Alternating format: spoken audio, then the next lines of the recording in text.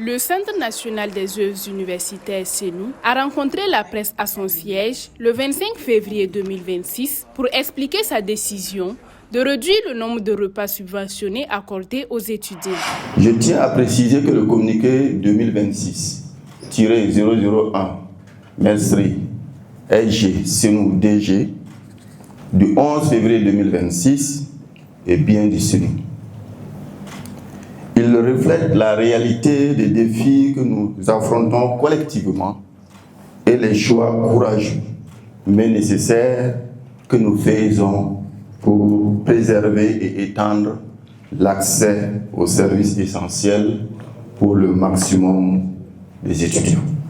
À partir du 1er mars 2026, le plafond passe de 70 à 65 repas par mois, une mesure qui a suscité de nombreuses réactions. Selon le directeur général du CNU, cette décision s'explique par l'augmentation du nombre d'étudiants dans les universités publiques et des ressources financières limitées. Le défi le plus pressant reste l'insuffisance du nombre de plats face à une demande explosive.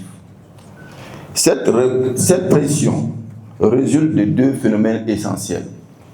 Premièrement, l'explosion de la population estudiantine consécutive, entre autres, au bon taux de succès au baccalauréat. Deuxième phénomène structurel, c'est la crise sécuritaire qui a transformé de nombreux parents en personnes déplacées internes, brisant les chaînes d'envoi d'argent et de vivres aux étudiants. Résultat, une ruée massive vers les restaurants universitaires comme unique recours alimentaire fiable.